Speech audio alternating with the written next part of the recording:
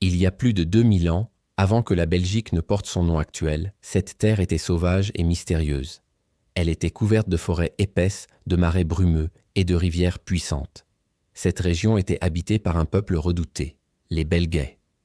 Les Belgais formaient un groupe de tribus celtiques installées dans le nord de la Gaule. Ils étaient connus pour leur bravoure, leur indépendance farouche et leur culture profondément enracinée. Leur société était structurée autour de chefs tribaux et d'une caste de druides. Ils vivaient de l'agriculture, de la chasse et du commerce avec d'autres peuples celtes et germaniques. En paix 57 avant J. Pensée, Jules César lance sa conquête de la Gaule et se heurte à la résistance farouche des Belgais. Dans ses commentaires sur la guerre des Gaules, César écrit « Parmi tous les Gaulois, les Belgais sont les plus braves. Malgré leur vaillance, les tribus belges sont vaincues, et la région est intégrée à l'Empire romain sous le nom de Gallia Belgica. Les Romains apportent avec eux leur langue, leur religion et leur organisation politique. Ils construisent des routes, des ponts, des thermes et des villes, comme Tongres, Atuatuca Tungrorum, l'une des premières capitales romaines de la région. La romanisation de la région transforme profondément les modes de vie locaux. Mais à partir du IIIe siècle, l'Empire romain entre en crise. Des peuples venus d'au-delà du Rhin, notamment les Francs, commencent à s'installer dans la région. Ces tribus germaniques apportent leur langue, leurs dieux et leurs traditions guerrières. Au XIe siècle, Rome s'effondre, et les Francs prennent le contrôle total de la région. Le roi Clovis, issu des Francs saliens, joue un rôle déterminant dans cette nouvelle ère.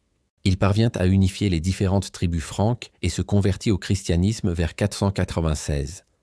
Ce choix politique et religieux scelle une alliance durable avec l'Église catholique. La région entre alors dans l'orbite du royaume mérovingien, ancêtre du royaume des Francs.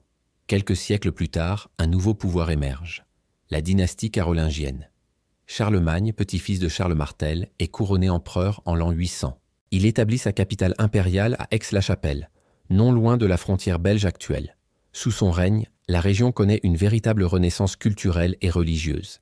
Des écoles monastiques se développent, les manuscrits sont copiés, et le latin redevient la langue de l'élite. L'Église devient un pilier central de la société, et les mœurs se christianisent progressivement. La Belgique de cette époque est un carrefour de cultures, celtique, romaine et germanique. Cette richesse culturelle forge peu à peu une identité propre à ces terres du Nord. Et même si le nom Belgique n'existe pas encore, l'esprit de résistance, de diversité et de transformation y est déjà bien vivant. Au sortir du règne de Charlemagne, l'Europe se fragmente. L'Empire carolingien est divisé entre ses héritiers, créant des tensions et des luttes de pouvoir. La région qui deviendra la Belgique se retrouve à la croisée des chemins entre royaumes rivaux. Durant le Haut Moyen Âge, plusieurs principautés émergent. Le comté de Flandre, le duché de Brabant, le comté de Hainaut. Ces territoires sont gouvernés par des seigneurs puissants, parfois plus influents que les rois eux-mêmes. Chaque principauté possède sa propre armée, sa propre monnaie et ses propres lois. Les villes commencent à prendre une place centrale dans la vie politique et économique. Des cités comme Bruges, Gand et Liège deviennent des pôles urbains dynamiques. Elles attirent artisans, marchands et intellectuels venus de toute l'Europe. La Flandre, en particulier, devient l'un des centres du commerce textile en Occident. Les foires médiévales attirent des milliers de visiteurs et font la richesse des cités flamandes. Les beffrois, grandes tours civiques, symbolisent l'autonomie et la puissance de ces villes. Mais cette prospérité attise aussi les convoitises. Les seigneurs locaux entrent régulièrement en conflit entre eux ou contre le roi de France.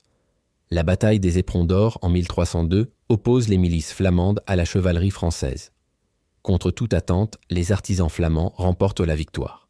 Cette bataille devient un symbole de résistance populaire et d'affirmation identitaire. Au même moment, l'Église joue un rôle de plus en plus présent dans la société. Les évêchés de Liège et de Cambrai exercent un pouvoir religieux, mais aussi politique.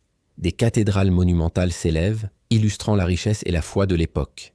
La culture médiévale s'épanouit, enluminure, musique sacrée et premiers textes en langue vernaculaire. C'est aussi l'âge des premières universités, comme celle de Louvain. Cependant, les tensions entre régions, entre langues et entre classes sociales restent vives. Ce tissu complexe de principautés indépendantes forme la base de l'identité belge médiévale. Une identité construite non pas autour d'un pouvoir central, mais d'une mosaïque de forces locales. Au début du XIXe siècle, la Belgique n'existe toujours pas en tant qu'État. Après la chute de Napoléon en 1815, le Congrès de Vienne décide de créer un nouveau royaume, le Royaume-Uni des Pays-Bas. Ce royaume réunit les actuels Pays-Bas, la Belgique et le Luxembourg sous l'autorité du roi Guillaume Ier. Mais très vite, les tensions montent. Les Belges, majoritairement catholiques et francophones, se sentent marginalisés par un pouvoir néerlandophone et protestant. Le roi impose le néerlandais comme langue administrative dans une grande partie du pays. L'enseignement, la presse et les libertés sont strictement contrôlées. Les tensions politiques, linguistiques et économiques s'accumulent. En août 1830, une représentation d'un opéra à Bruxelles déclenche une insurrection populaire. Les rues s'enflamment et les combats éclatent entre insurgés belges et troupes royales. En quelques semaines, la révolte s'étend à tout le pays.